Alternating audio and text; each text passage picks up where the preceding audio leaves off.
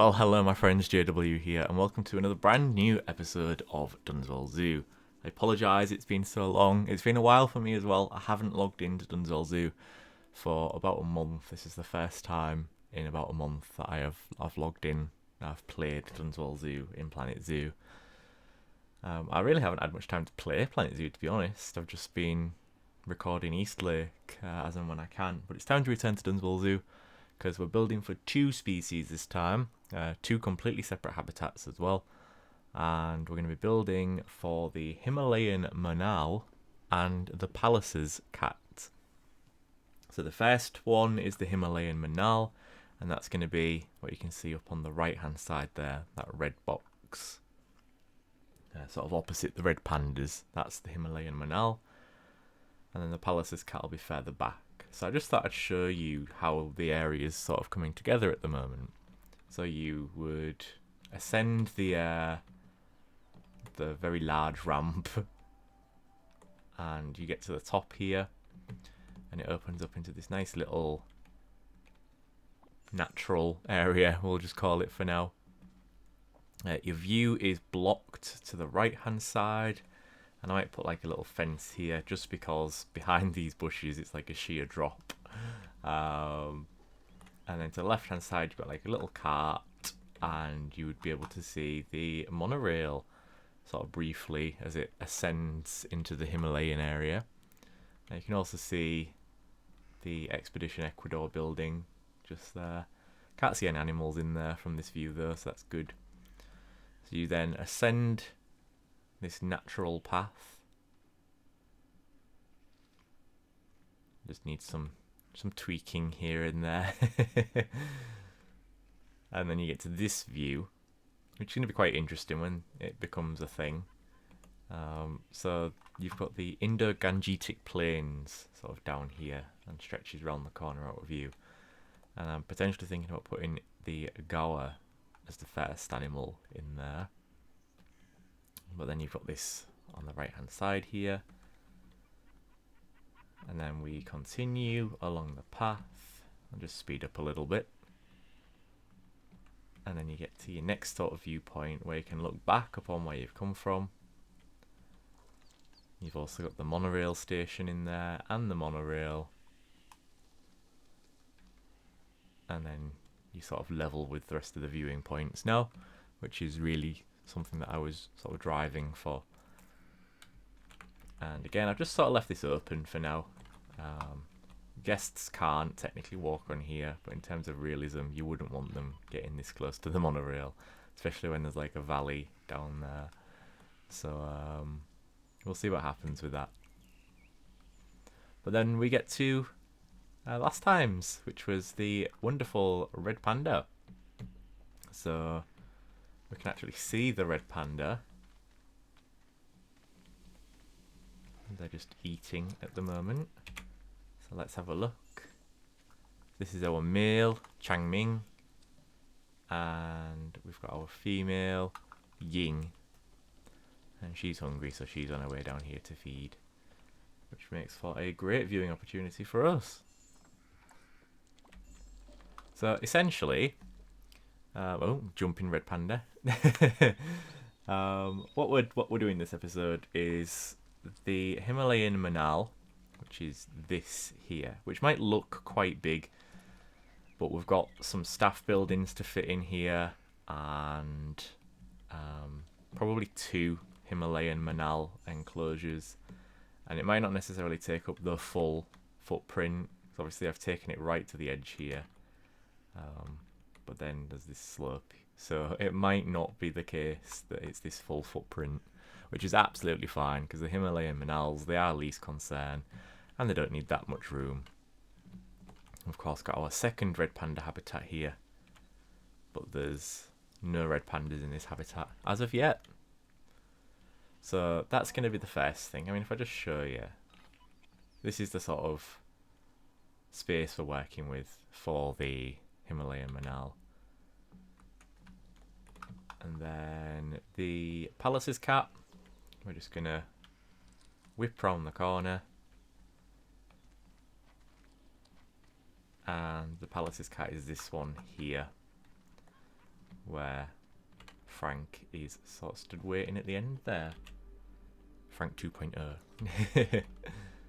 And the palace's cat, again, not if I can speak, not an unrealistically large habitat. When you think we've got to get some staff buildings in here,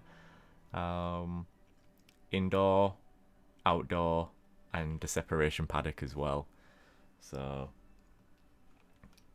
it's a nice size. I think we can work with that. So yeah, I haven't done anything else since last time. So what we'll go ahead and do actually is we will exit this view. We will go ahead and move Frank into position for the Himalayan Monal.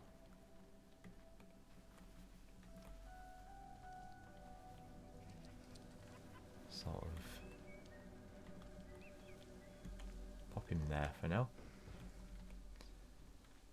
and we'll get cracking, I think. So let's build a Himalayan Monal habitat. So we're in the speed build section, my friends, and obviously I'm recording this after the episode's finished. There's a lot of change that occurs in this episode, and a lot of things that don't quite go to plan, namely with the palace's cat, but I'll discuss that a little bit later.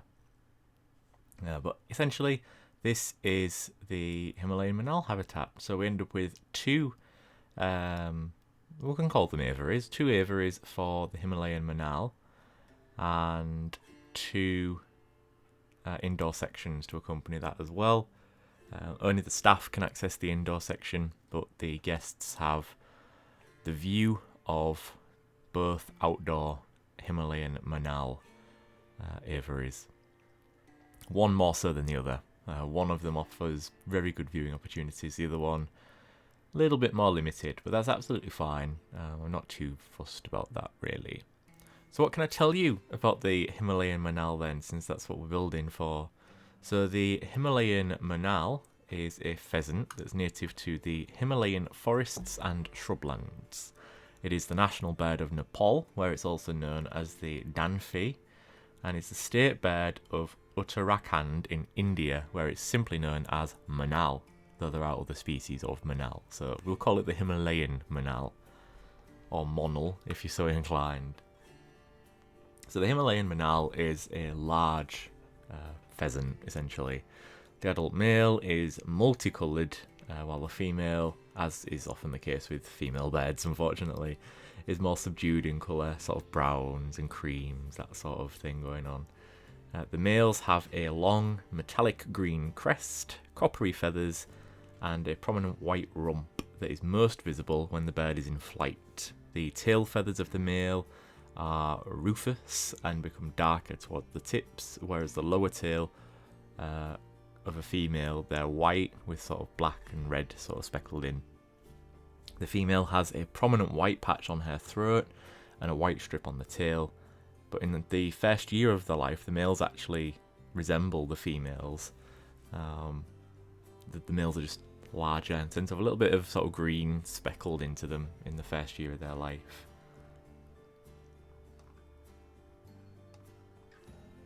So as far as where they can be found then, as I said earlier, Himalayas, but we're talking sort of Afghanistan, Pakistan, throughout the Himalayas in India, Nepal, southern Tibet and Bhutan.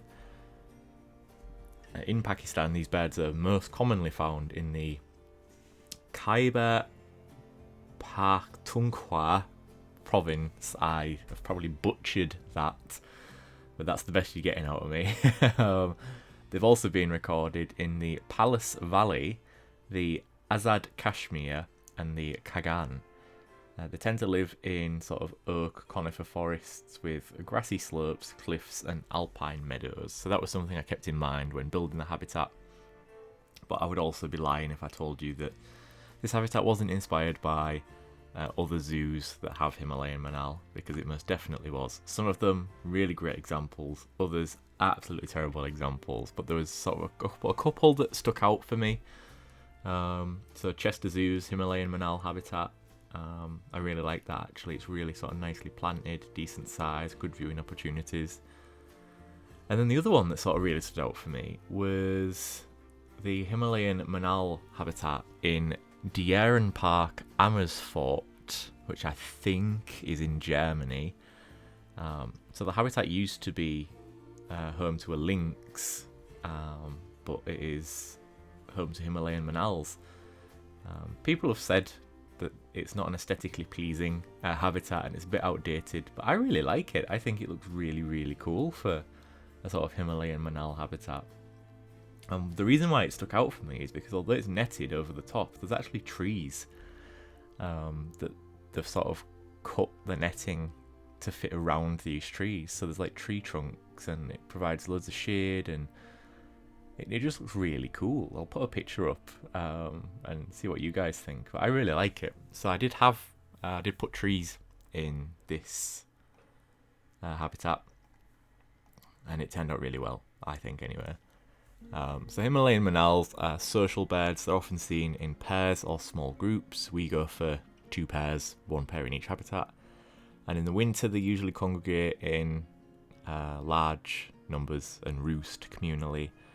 But they're active during the day, spend most of the time foraging. They're very good diggers. They can tolerate snow, obviously, given where they live. And they tend to eat sort of roots, seeds, and any invertebrate prey, so insects, essentially. They're very communicative and use a wide range of calls to express different feelings. So aggression, alarm, attraction, things like that. I've never heard Himalayan Monal calls, so I couldn't tell you what they sound like. But yeah, so insects, seeds, tubers, roots, and berries, things like that they'll eat. Himalayan Monals are monogamous and form strong pair bonds during the breeding season, which take place from April through to August. And the female scrapes a nest in the ground and lays between 3 and 5 eggs that she incubates for about a month. And during this time, the male always remains near for protection. Once the chicks are fully developed with their eyes open, they're able to feed on their own after about 3 months of age, and after 6 months they're completely independent. And at that point they search for their own territories and mates, and reproductive maturity is usually reached at about 2 years of age. So they do leave sort of the nest fairly quickly, sort of 6 months they're completely independent and then ready to go off, but they've still got like a year and a half before they're going to breed. In some places, Himalayan Monals are threatened due to poaching and anthropogenic factors. In other words, us humans are the problem as always. In the western Himalayas particularly, the Monal population suffers from human disturbances such as hydroelectric power developments, and unfortunately these birds are also hunted for food, and male Monals in particular are hunted for their crest and feathers for use in decorations. Although the IUCN doesn't provide a number for the total Himalayan Monal population size, it is classified as least concern with a decreasing population number, which is why you'll probably start to see them a little bit more frequently in captivity. I think 3 of the 4 places that I'll be going to this year have Himalayan Monals. That's Chester, Edinburgh, and Subi. So, you know, definitely, if you frequent zoos pretty often, you're due to bump into them at some point, I think, if you haven't already. And yeah, that's essentially Himalayan Monals. They're a very beautiful bird, and I really like them. We don't need to give them too much room. I do give them a fair bit of room, to be fair, in their habitats, but they don't need too much. And I think this sort of size habitat is decent, given, you know, we've got planting and enrichment and stuff like that to fit in. So I think it's a fairly decent sized habitat, this one. I don't think I've gone overkill with the size. So here, because we're building a slightly smaller habitat, I just thought I'd add a little bit of extra detail, and we've got these sort of like wooden beams on the front from the arbor set. It's just a little bit of a nicer shape, a little bit of decoration, and also they do look a little bit Asian, so why not? Let's fit that in. So I'm now doing the roof, and because it's a flat roof, it's fairly simple to do. All we do is we put our mesh in, we put our pieces of wood in, we put our grid piece underneath. Any grid piece will do. And you just copy it all over and paste it down, and then you just get rid of the grid pieces. Unless you want to keep the grid pieces.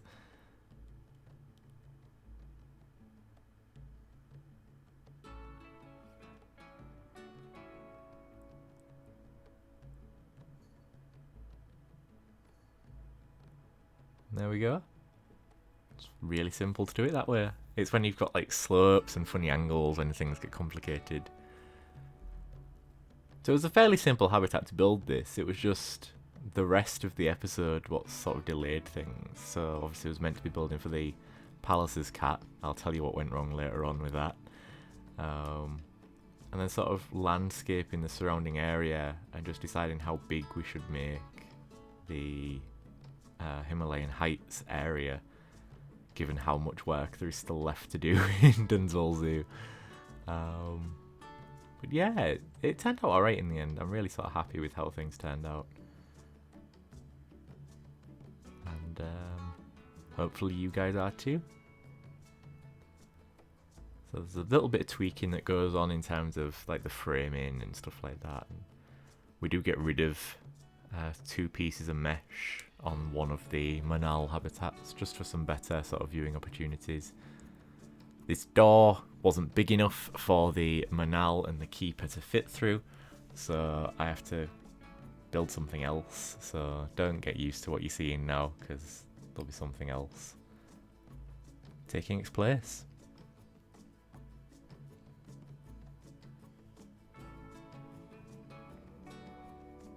But yeah, I think I'll stick with Dunswell Zoo for a little bit rather than going back to East Lake, because we've got some really cool habitats coming up next, and I want to sort of stick with them for as long as I can. But we should be due a DLC next month. Depending when this episode comes out, it should be next month. So I'm recording this voiceover on the 25th of February. So we should be due a DLC either next month or April. So it's at that point I will probably go back to East Lake and see if there's anything we can add in there before continuing to develop that, just until the mods sort of update and get up to speed with Dunswell Zoo, and then we can carry on from there. Because there are some animals that we can add that have come out as mods, but I'm still on 1.15 with the mods, 1.16 mods. Some of the new species require the new version of Axie, but the new version of Axie doesn't accept 1.15 mods. So we've got new species of sloth, we've got new species of bats, we've got the Visayan warty pig. They're all great, and I will definitely want to use them and definitely intend to use them. But the new exhibit species have to have 1.16, and obviously I've still got mods from I think 1.13, what people haven't updated yet. So we'll just see what happens essentially, and we'll go from there. But I would hope that all the mods that are out currently do get updated once the game ends, which is unfortunately looking like this year. I would recommend, what's the word I'm looking for? Not recommend. I can't remember. But it's looking like we'll get one DLC this year, and then that's going to be it. I hope I'm wrong, but that is what it's looking like at the moment. So we'll just see what happens. But I would hope that all the mods that are out do continue to get updated, and we can continue to play with them after the game has finished. So yeah, here we are, just putting the trees in with the inspiration from that zoo. What's name? I can't remember. It's that German one. Dieren Park Amersfoort. So we've now got the Himalayan Monal in this habitat, and you can see I've got rid of the old space that was there. And essentially I'm just creating a gap that's this wide, and we'll go from there.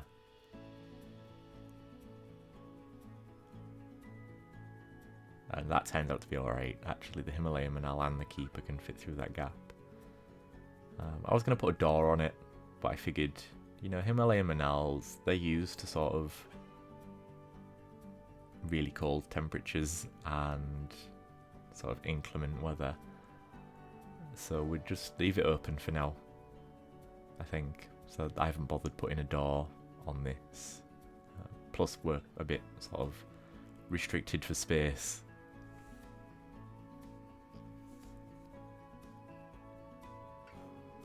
Yeah, just making sure they've got enough navigable area. They can't use that, as it turns out, so I do get rid of it. I thought, I'll put a plank up there, they'll be able to walk up the plank. Nope. So we just get rid of it. And I go ahead and put a little bit of a tree trunk in there. It just really changes the whole vibe of the habitat. So I go and put it in the other side as well.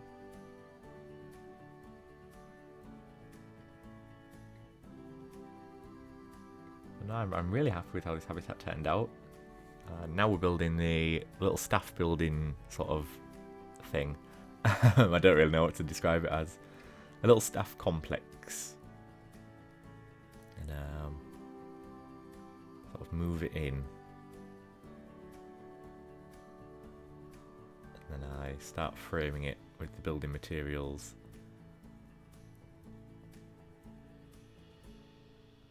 And then we just place things in wherever we can, really.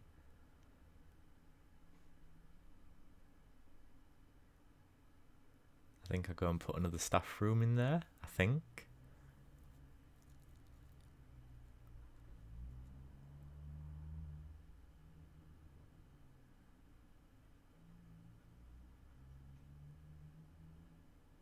So I've got 2 keeper huts of quarantine and a staff room, and I think I put another staff room in. Yeah, there we go. And that's what we end up with, essentially, and I'm really happy with how it turned out.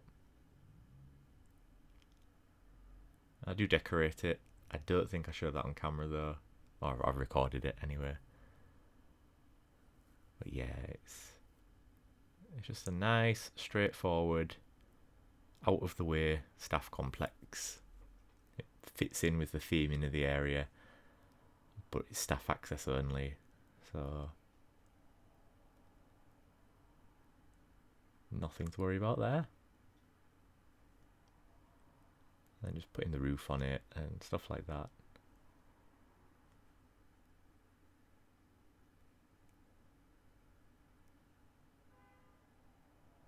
And it turned out alright, I think. But yeah, I'm really looking forward to seeing sort of the rest of the Himalayan area develop. The plans are going to change slightly. I do talk about what's coming in the next few episodes when we get to the live section, but essentially some of the plans for that are changing. I think I'm going to do the snow leopard next rather than the dhole, but we shall see what happens. So if you've enjoyed this so far, we should be heading back to the live section shortly. Possibly. Oh, you do see me decorate it. Okay then. And then we head back to the live section. Just putting some plants in. And then it's the live section.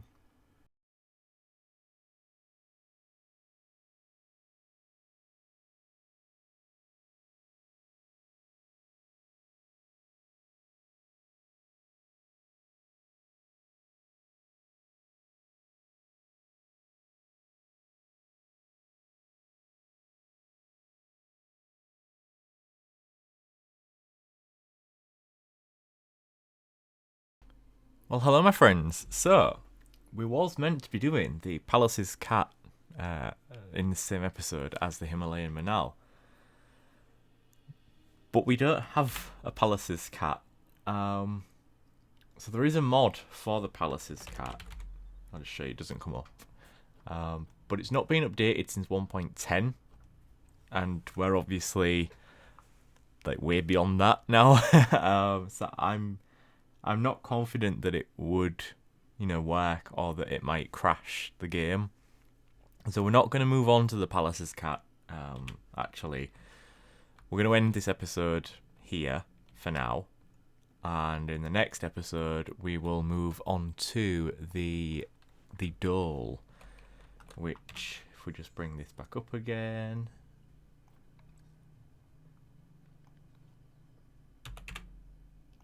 We're going for the Ussuri Dole.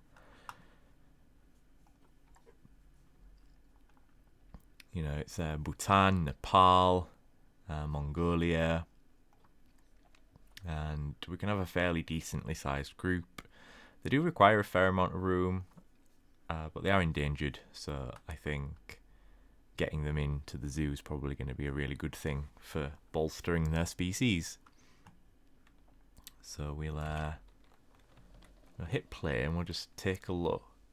So I'm very pleased to be able to announce this might be her here actually. You know, let me select it.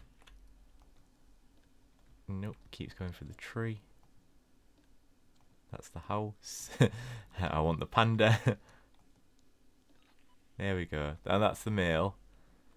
Well, the female is pregnant. She is expecting. There you go. Don't know why her welfare is so low.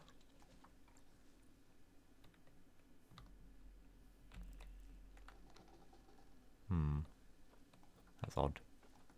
Let's pop them down here.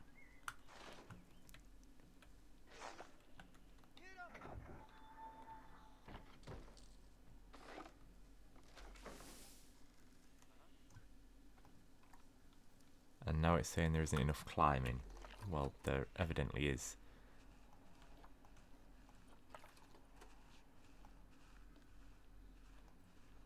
Turn that off, turn that on. And that should rectify things. Yeah, we've now got the green lines in. And that should have done it for our female, wherever she may be. This is probably the male again.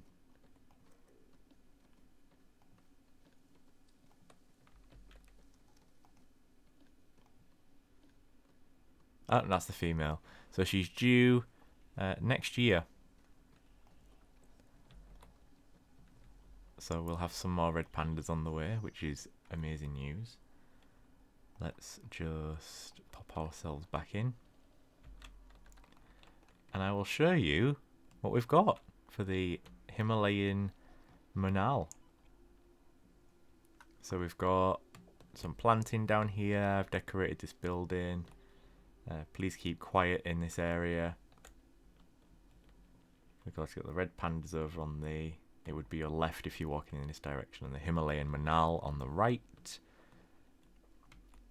Just got a little monkey sat near the bin. I just thought that was quite cute, so we put that in. I put that in. This is a invisible staff path, which leads into the little staff building thing that I made, and it also leads into the inside of the Himalayan Monal habitats. So both of them are accessible from here. We just speed down here. And we can actually see there's one of the Himalayan Monals just in here at the minute, the male. So we've got a male and a female in both habitats, and there's breeding on one of the pairs.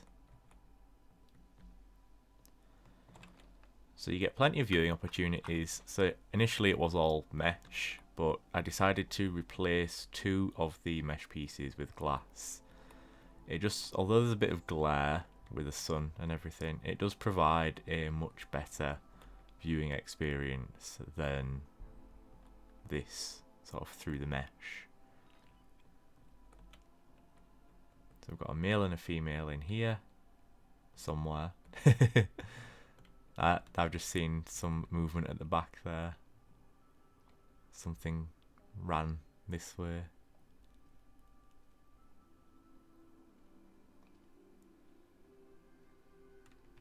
But yeah, if you can't see anything in that one, you can move along to the next one. I'm going to change one of these, because obviously they're both the same and they're right next to each other.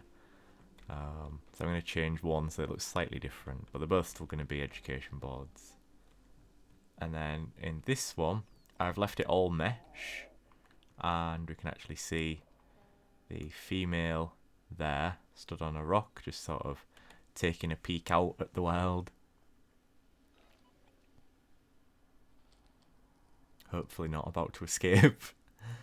And then the male is in here. We saw him earlier on inside.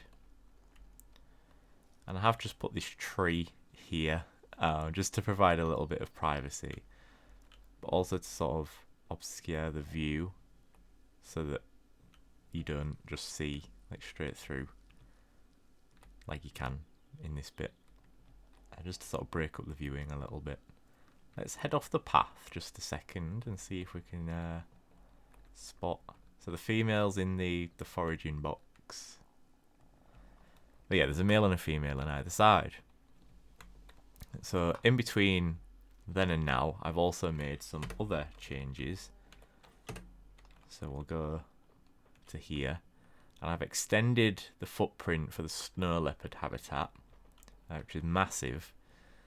And we've got this like sheer cliff face here. I'm not 100% satisfied with this cliff face. So I think what I'm going to do instead is replace these rocks with these, because this looks much nicer. Yeah, this looks much nicer. So I'm going to replace all of this with stuff like that, and it won't jut out as much, and we can maybe get some more planting and some little ledges and things in there. It's just because at the minute this is casting quite the shadow down here, and I don't really want that, although this path might not necessarily be staying here, in all fairness. And that's, oh, we've got some giant otter pups on the way as well. That's good news. So yeah, the Pallas's cat was going to be here, and there was going to be two habitats because they are solitary, so there's going to be female on one side, male on the other side, and then it'd be like a slide to be able to connect the two habitats. I am still going to build that, obviously, because I don't know the hitboxes for the... Oh, and there we go, we've got Himalayan Monal expecting offspring. Obviously, I don't know the hitboxes for the Pallas's cat, so I can't build the habitat yet, but I have an idea in mind, and I'm going to push ahead with that. But we'll get round to that at some point, either when we get an official Pallas's cat, or if we get an updated version of the mod.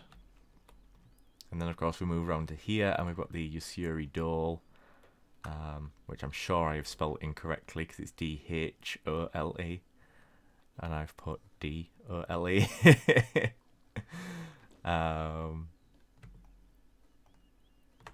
Yeah. So, I haven't put a back wall in for their habitat, just because I don't know like what shape I want to do that habitat yet. So I've left that blank for now. So it looks like it's the dole and the Himalayan brown bear sort of mixed together, but that isn't the case, don't worry. There we go. So yeah, you can see here we've got like the Himalayan brown bear complex, and we could bring this further down, and then we've got the Usuri dole, and we can sort of bring that further round and stuff like that, and then the Pallas's cat.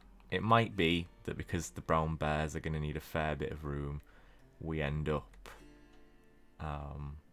extending the Himalayan zone sort of up to here, which isn't something I wanted to do because Southeast Asia is going to be absolutely massive, and we've also got wild China and the Indo-Gangetic plains to fit in, so I wanted as much space as possible, but we could nudge things up a little bit more. I don't see too much of an issue with that personally. Then we've got, so after the,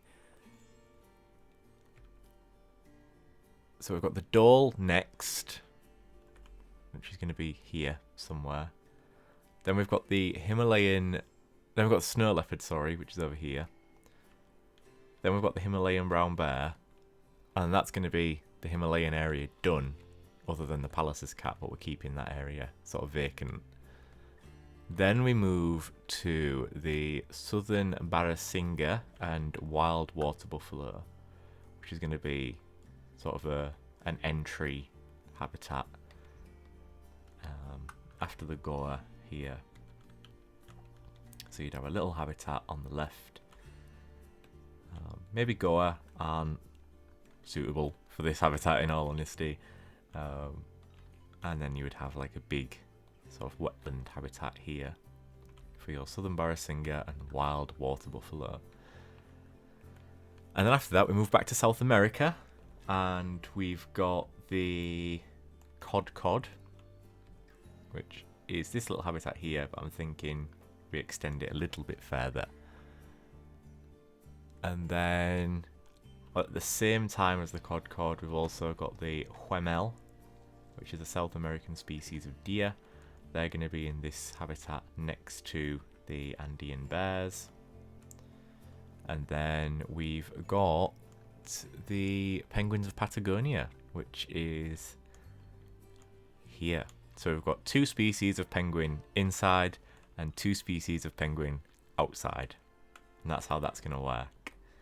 Thank you very much for watching, my friends. Please remember to hit that like button and subscribe to the channel. Here's our little baby Himalayan Monals. Look how tiny they are. Oh, they just had the one. Oh, that's adorable. Anyway, thank you very much for watching, my friends. Please remember to hit that like button and subscribe to the channel. It really helps me out and helps the channel grow. That can only be a good thing. And you can find me on Instagram at JW_YT and at JW_wildlife photography. Until the next time, my friends, stay safe, stay kind, and bye-bye for now.